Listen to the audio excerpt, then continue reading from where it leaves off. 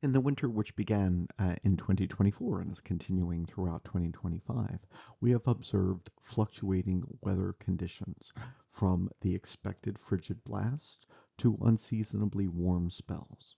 Given that the year 2024 was the warmest year on record, breaking the record set by the previous year, 2023, it could be reasonably expected that this winter will have been warmer than average once it is over. Undoubtedly, these varying conditions are affecting wildlife. Take the Canada geese, for example.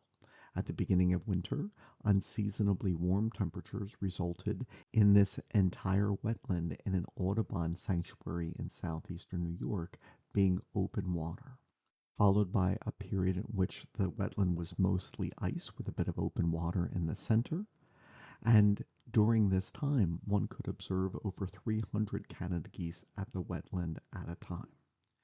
A blast of cold weather changed this. The water froze, and most was covered in snow, which revealed the footprints of the mammals walking across the wetland.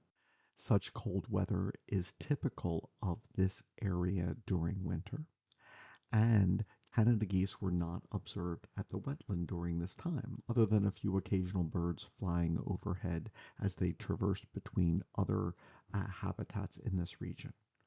Perhaps the fact that foxes, bobcat, and mink were observed on trail cameras crossing the wetland and were now able to walk to the center of the wetland was a factor in this.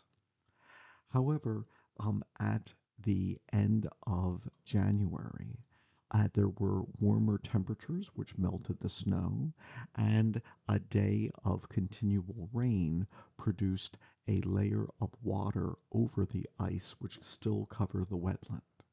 Over 150 geese returned, even though the wetland was still covered in ice.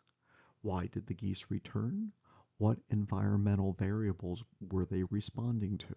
The presence of open water, the warmer temperature, the reduced likelihood of nocturnal predators? As we try to understand wildlife, especially in a time of climate change, there may be multiple variables which are influencing the diverse species we observe.